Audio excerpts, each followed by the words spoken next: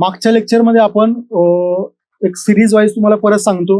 आपण प्रत्येक लेक्चरचं काय प्रत्येक कंटेंट जो आपल्याला शिकायचा आहे डिजिटल मार्केटिंगमध्ये त्याचं इंट्रोडक्शन पार्ट आपण काय करतोय बघतोय. त्याच्या अगोदर आपण बेसिक्स ऑफ मार्केटिंग बघितले, व्हॉट इज रिसर्च पार्ट काय असतो तो बघितला, त्याच्यानंतर व्हॉट इज डिझाईन बघितलं, डिझाईन एक्झॅक्टली काय असतं, त्याच्यानंतर कंटेंट मार्केटिंग बघितलं, नंतर सोशल मीडियाला सगळे अकाउंट्स कसे क्रिएट करायचे, कुणाचे पेजेस असतात, कुणाचे अकाउंट्स असतात, हे सगळ्या गोष्टी आपण मागच्या लेक्चरमध्ये बघितल्या. आता ठीक आहे ना, हे सगळं आपण सपोज आता सोशल मीडिया सगळे आपण काय केले, क्रिएट केले. तर आपल्याला सोशल मीडिया ते काय करायचे असतात, ऑप्टिमाइज करायचे असतात, ते सोशल मीडिया आपल्याला ग्रो करायचे असतात. आलं लक्षामध्ये? तर त्याच्यानुसार काय आपल्याला काय क्रिएट काय माहिती पाहिजे, सोशल मीडिया जे काय अकाउंट क्रिएट केले त्याच्यानंतर आपल्याला क्रिएट करायला लागतो कंटेंट कॅलेंडर एक क्रिएट करायला लागतो, आणि जे काय कंटेंट कॅलेंडर क्रिएट केला तो आपल्याला काय करायला लागतो, शेड्यूल करायला लागतो. आता सगळ्यात इम्पॉर्टंट पार्ट म्हणजे what is a content calendar. तर तुम्हाला कंटेंट म्हणजे काय कळालं, कंटेंटचे टाइप्स कळाले तुम्हाला. याच्या अगोदर मी सांगितले कंटेंटचे टाइप्स कोणकोणते असतात. सपोज पोस्ट, रील्स, मीम्स, त्याच्यानंतर पीपीटी असतील, तुमच्या पीडीएफ असतील, त्याच्यानंतर ऑडिओ असतील, हे काय झाले कंटेंटचे टाइप झाले. So exactly social media content calendar म्हणजे काय.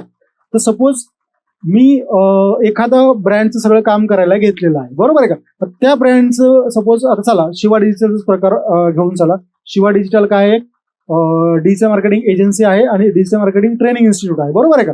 आता शिवा डिजिटलच्या सपोज हा महिना चालू आहे फेब्रुवारी. कोणता महिना चालू आहे, हा फेब्रुवारी.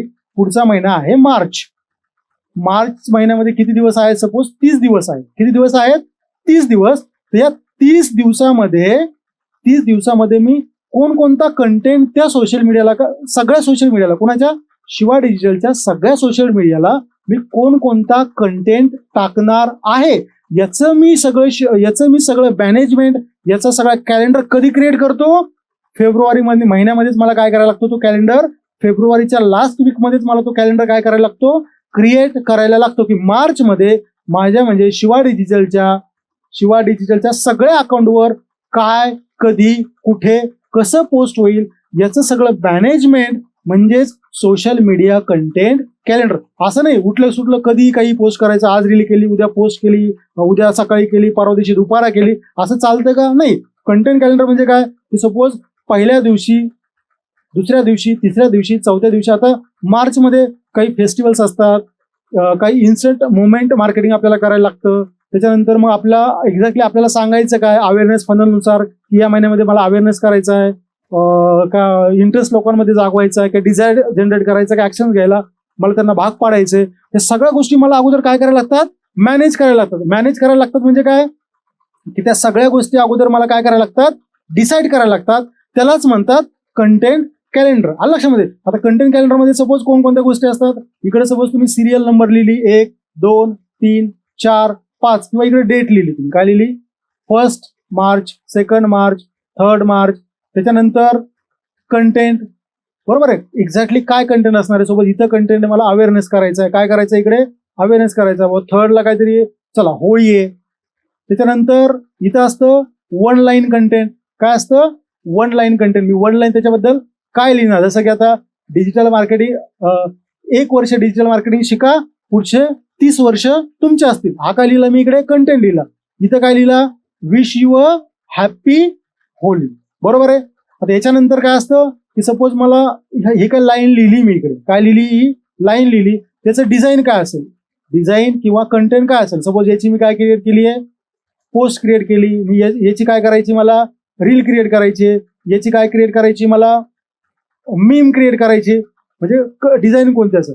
त्याच्यानंतर असतं टायमिंग ऑफ पोस्ट. मी कोणत्या वेळेला काय करेल, ते पोस्ट करेल. सपोज सकाळी 7:15 करेल, इकडे 9 वाजता करेल, इकडे संध्याकाळी 8 वाजता पोस्ट करेल. हे टायमिंग कसं डिसाईड करायचं असतं तुम्हाला, हे टायमिंग डिसाईड करायचं असतं जे तुम्ही सोशल मीडिया क्रिएट केलेत किंवा जे सोशल मीडिया ऑलरेडी आहेत, तुम्हाला त्याच्या इन्साइट्समध्ये जाऊन माझा ऑडियन्स हा कधी ऍक्टिव्ह असतो, कोणत्या टायमिंगला ऍक्टिव्ह असतो, मग मी फेस्टिवल पोस्ट कधी केली पाहिजे, मी रील कधी केली पाहिजे, मीम्स कधी टाकली पाहिजे, हा टायमिंग तुम्हाला काय करायला लागतो, इकडे ठरवायला लागतो. आणि याच्यानंतर इकडे असतं की रिमार्क नावाचा एक प्रकार असतो. सपोज तुम्ही हा कंटेंट कॅलेंडर काय, याची एक्सेल शीट एक काय केली, तुम्ही एक बनवली आणि तुम्ही तुमच्या मॅनेजरला काय केली, ती शेअर केली तर मॅनेजर काय करतो, रिमार्क, काही चेंजेस वगैरे असेल तर काय करतो, तो इकडे रिमार्क मध्ये टाकतो. मग हा कंटेंट कॅलेंडर बरोबर सगळ्या डिपार्टमेंटकडे काय होतं, तो कंटेंट कॅलेंडर जातो. सपोज तुम्ही कंटेंट कॅलेंडर क्रिएट केला तर डिझाईनवाले डिझाईन करतात, रीलवाले रील शूट करतात,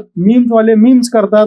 आलं लक्षामध्ये? असा कंटेंट कॅलेंडर सगळ्या डिपार्टमेंटला काय होतो, डिस्ट्रीब्यूट होतो आणि मार्च महिन्याचं काम काय होतं आपल्याला पूर्ण होतं. आता काय होतं, सगळं कंटेंट कॅलेंडर मी काय केला, क्रिएट केला. मी कंटेंट काढला, मी डिझाईन्स केलं, मी रील्स बनवले, सगळं काय केलं मी. मार्च महिन्याचा कंटेंट कॅलेंडर मी फेब्रुवारी महिन्यामध्ये काय केला, काढला. बरोबर आहे. तर मला तो शेड्यूल करायचा असतो. काय करायचा असतो, तो मला शेड्यूल करायचा असतो. म्हणजे काय की 1 तारखेला बाय डिफॉल्ट काही ऑप्शन्स असतात सोशल मीडियाला, जिकडे मी काय करू शकतो, तो शेड्यूल. आता शेड्युलिंग मध्ये पण 2 प्रकार असतात. पहिला प्रकार असतो मॅन्युअल शेड्युलिंग आणि सेकंड प्रकार जो असतो तो ऑटोमेशन शेड्युलिंग. आता दोघांमध्ये फरक काय, आलं लक्षामध्ये? दोघांमध्ये फरक काय? सपोज तुमच्याकडे आहेत, एक फेसबुक पेज आहे, एक इंस्टाग्राम अकाउंट आहे, एक ट्विटर अकाउंट आहे, एक लिंक्डइन पेज आहे, एक गुगल माय बिझनेसची प्रोफाईल आहे आणि एक युट्यूब चॅनल. एवढे तुमच्याकडे सगळे सोशल मीडिया आहेत. बरोबर आहे. तर प्रत्येक सोशल मीडियाला मी जाऊन काय करतो, तिथे पोस्ट मी केली. सपोज माझ्याकडे एक पोस्ट आहे 1 मार्चची, तर मी सपोज मी तर शेड्यूल कधी करतोय, फेब्रुवारीच्या लास्ट वीक मध्ये करतोय ना.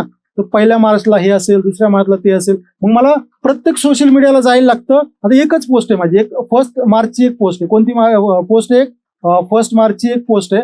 मला प्रत्येक सोशल मीडियाला काय व्हायला लागेल, ते जायला लागेल आणि प्रत्येक सोशल मीडियाला काय करायला लागेल, मला ते शेड्यूल करायला लागेल. याला म्हणतात मॅन्युअल शेड्युलिंग. काय म्हणतात त्याला? मॅन्युअल. मी प्रत्येक सोशल मीडियाला जातो आणि तिकडे काय करतो, ते सगळं शेड्यूल करतो. It's okay. हे सपोज माझ्याकडे एकच क्लायंट आहे, माझ्याकडे 2च क्लायंट आहेत, माझ्याकडे 3च क्लायंट आहेत. या सगळ्यांसाठी काय आहे, इझी आहे. पण जर तुमच्याकडे 10 क्लायंट असतील तर, तुमच्याकडे 15 क्लायंट असतील तर, तुमच्याकडे 20 क्लायंट असतील तर, बरोबर आहे, एवढ्या पोस्ट तुम्ही ऍट अ टाइम सगळे मॅन्युअली शेड्यूल करू शकता का? तर नाही करू शकत. तर त्याच्यासाठी सपोज मला जर एखादा असा प्लॅटफॉर्म भेटला जिकडे मी हे सगळे माझे सोशल मीडिया काय करू शकलो, कनेक्ट करू शकलो. काय करू शकलो? कनेक्ट करू शकलो. तर मी काय एक पोस्ट केली की ती सगळ्या सोशल मीडियाला काय होईल, शेड्यूल होऊन जाईल. आलं? त्याला म्हणतात सोशल मीडिया ऑटोमेशन. आता त्या ऑटोमेशनसाठी आपण कोणतं टूल यूज करतो? Zoho social. कोणतं टूल यूज करतो आपण? आता खूप सारे टूल्स आहेत. लक्षात ठेवा, शेड्यूलिंग क्रिएट करणं दॅट इज वन पार्ट.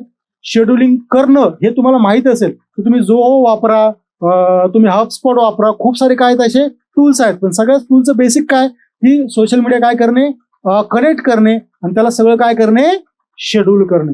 मग ते शेड्यूल तुमचं ऑटोमेशन मध्ये होतं, तुमचं मॅन्युअल मध्ये होतं. आलं लक्षामध्ये? म्हणजे आपण सोशल मीडिया फक्त क्रिएट करून चालत नाही, तर ते सोशल मीडिया ऍक्टिव्ह करण्यासाठी मला कंटेंट कॅलेंडर क्रिएट करायला लागतो. पूर्णपणे ब्रेनस्टॉर्मिंग करायला लागतं. कोणत्या सोशल मीडियाला काय टाकायचं, कसं टाकायचं, किती टाकायचं, रील टाकायची, पोस्ट टाकायची, का मीम टाकायची. आलं लक्षामध्ये तुमच्या? त्याच्यानंतर तो म्हणजे काय, सपोज तुम्ही मार्चचा नाही, सपोज तुमच्याकडे क्लायंट आला 6 महिन्यासाठी, तुम्ही त्याला 6 महिन्याचा देखील कंटेंट कॅलेंडर रेडी करून काय करू शकता, देऊ शकता. काही जणांचा 1 वर्षाचा कंटेंट कॅलेंडर असतो की सपोज त्याला 1 वर्षानंतर ब्रँड लॉन्च करायचा आहे. बरोबर, एखादा प्रोडक्ट लॉन्च करायचा आहे.